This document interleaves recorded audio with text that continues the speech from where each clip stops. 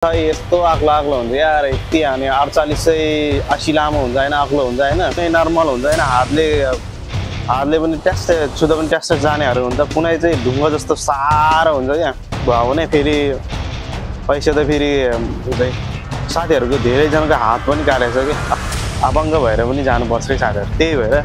अलि रिस्क चाहिँ छ हैन। हेलो गाइज ल सोफिया बुलानी नमस्ते सबैजनालाई आफ तपाईहरु सबैजना आरामै हुनुहुन्छ ल म पनि एकदमै ठिकै छु अनि मेरो भिडियोलाई हेरेर साथ दिनु हुने अनि युट्युब च्यानललाई सब्स्क्राइब गरेर साथ दिनु सबैजनालाई धेरै धेरै माया छ अझै माया देखाइदिनु होला। अनि हामी चाहिँ सधैँ चाहिँ डेली रुटिन चाहिँ आज पनि ड्युटीमा आइसकेको छ हैन कोही चाहिँ साथीहरु बिहान 6 बजेदेखि उठ्छ भने कोही हामी चाहिँ म चाहिँ 7 बजे मात्रै उठ्छु 7 बजेदेखि उठेर मुखसुख धोएर अहिले चाहिँ आइसकेको छ। अनि यतातिर छ यस्तो कम्पनीहरु चाहिँ यता पनि वरिपरि पुरै कम्पनीहरु छ हैन यतातिर साथीहरु पुरै फर्निचर कम्पनी हो फर्निचर कम्पनीहरु यो चाहिँ हाम्रो चाहिँ पोलिफर्म कम्पनी भएको कारणले गर्दा यतापटि चाहिँ पोलिफर्म कम्पनी हो। हाम्रो काम त देख्नु भइसक्यो होला साथीहरुले हैन धेरै जनाले। अनि नयाँ हुनुहुन्छ भने चाहिँ पुरानो मैले हिजो हालेको ब्लगमा हेर्नु होला हैन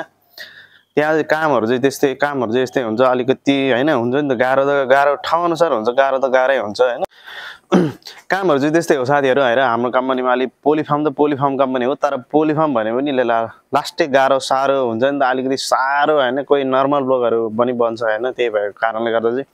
कामहरु चाहिँ अलि गाह्रो पनि छ हैन सजिलो पनि छ प्याकिङ गर्ने ठाउँतिर चाहिँ सजिलो पनि छ भने अब त्यो ब्लगहरु काट्ने ठाउँमा अनि त्यो बनाउने ठाउँमा चाहिँ एकदम गाह्रो पनि छ क्या त्यही भएको कारण चाहिँ अलिकति मिस्टेक भयो भने केही भइहाल्यो भने आफ्नो पनि रिस्क छ साथीहरुको पनि रिस्क छ हैन त्यही भएको कारण चाहिँ धेरै होशियार भएर काम गर्नुपर्ने हुन्छ। अनि यो बनाउने ठाउँमा त जस्तै यो ब्लग बनाउने ठाउँ भन्छ नि मैले अस्ति पनि भिडियो बनाएको छु त्यहाँ गएर पनि हेर्न सक्नुहुन्छ यो भन्दा अगाडि भिडियो बनाएको छु त्यहाँ पनि गएर हेर्न सक्नुहुन्छ यस्तो भारी हुन्छ अनि त्यहाँ एकदम तातो गर्मी पनि हुन्छ त्यो ब्लग बनाउने ठाउँमा चाहिँ साथीहरुको धेरै जनाको हात पनि काटेछ के अब हुन्छ नि त आउलाहरु कहिलेकाहीँ हातहरु युज गर्नुपर्ने हुन्छ त्यहाँ हातहरु पनि धेरै जनाको काटेछ हैन अबङ्ग भएर पनि जानुपर्छ के साथीहरु त्यही भएर अलि रिस्क चाहिँ छ हैन। अनि फेरि अर्को कुरा भनेको चाहिँ यहाँ त पढाइ चाहिँ भए पनि भयो नभए पनि भयो तपाई पढ्नै नजाने जे नम्बर मात्र देख्न हेर्न जाने पनि भयो के काम गर्नको लागि चाहिँ त्यो चाहिँ एकदम त्यसको लागि चाहिँ एकदम सजिलो छ हैन। अनि पेकिङतिर त्यो ब्लग काट्नेतिर छ भने चाहिँ अलिअलि काम चाहिँ पढाइले चाहिँ हुनु पर्यो नत्र भए चाहिँ लास्टै गाह्रो हुन्छ त्यहाँ चाहिँ हैन हिसाब गर्नुपर्ने हुन्छ साइज हेर्नुपर्ने हुन्छ एमएम कति कसरी हुन्छ सबै याद गर्नुपर्ने हुन्छ हैन त्यही भएरले कारण गर्दा अलिअलि चाहिँ पढाइ चाहिँ हुनुपर्छ त्यही हो। कम्पनी चाहिँ यतातिर छ यो दुईटा कम्पनी हो हैन हामी आउँदाखेरि पहिला चाहिँ एउटा कम्पनी थियो भने अहिले दुईटा भइसकेको छ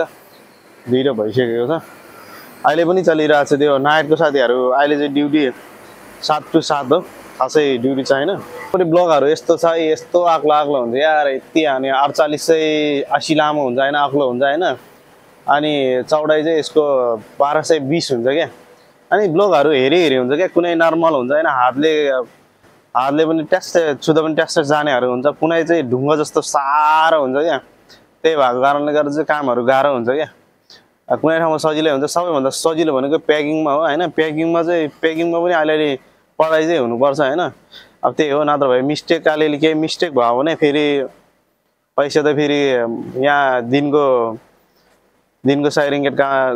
कमाउँछ भने 200 रिङ्गेट चाहिँ डबल काट्दिन्छ त्यही हो। पेकिङमा चाहिँ कस्तो गर्नुपर्छ भने पेकिङमा चाहिँ यो यस्तो अघि काटेर पनि ठुल्ठुलो काटेर यस्तो नर्मल बनाइसकेको छ हैन यस्तो पिस सानो पिस बनाइसकेको छ हैन यो चाहिँ 15 mm 20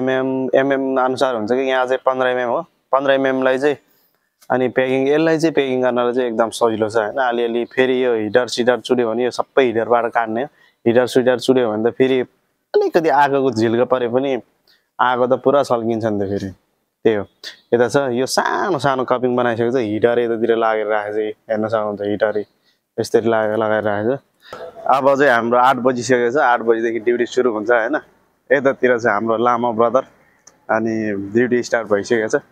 यता छ मलाई अब काम गर्नको लागि सबैजना आएर चाहिँ रेडी भइसकेको छ त्यही हो। प्याकिङ चाहिँ कस्तो गर्नुपर्छ भने प्याकिङमा कस्तो सजिलो हुन्छ भने यस्तो सानो बनाएर आइसक्यो हुन्छ हैन त्यही भएर चाहिँ प्याकिङमा चाहिँ एकदम सजिलो हुन्छ यसरी प्लास्टिकमा यस्तो सानो प्लास्टिकमा पिस बनाएर हुन्छ त्यही भएर चाहिँ प्याकिङ गर्नलाई चाहिँ एकदम सजिलो हुन्छ। अनि त्यो ठुल्ठुलो ब्लगहरु लिएर हैन सानो बनाउनलाई चाहिँ एकदम गाह्रो हुन्छ त्यही भएर चाहिँ काम सजिलो पनि छ गाह्रो पनि छ ल है साथीहरू ल अब चाहिँ काम गर्नुपर्ने हुन्छ 8 बजिसकेको छ भरे 9:30 बजीसम्म चाहिँ कन्टिन्यू हो 1 घन्टाको रेस्ट टाइम हुन्छ खाना खाने बेलामा त्योदेखि त्यति भन्दा चाहिँ रेस्ट छैन पुरा दिनुपर्छ काम गोरु पेलाइदिएको त्यही हो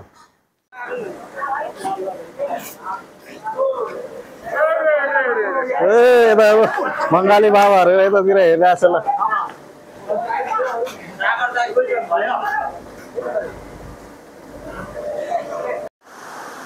चलो साथीहरू फाइनली हामी चाहिँ रुम आइपुगिसकेको छ होइन लास्टै पानी परेर भिजेर बिजोग भएको छ अब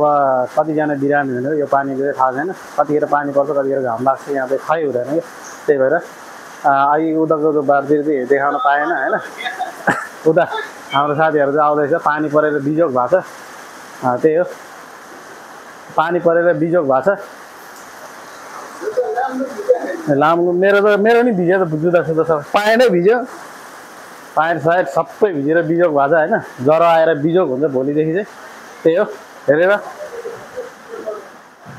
हेरेर माया गरिदिनु होला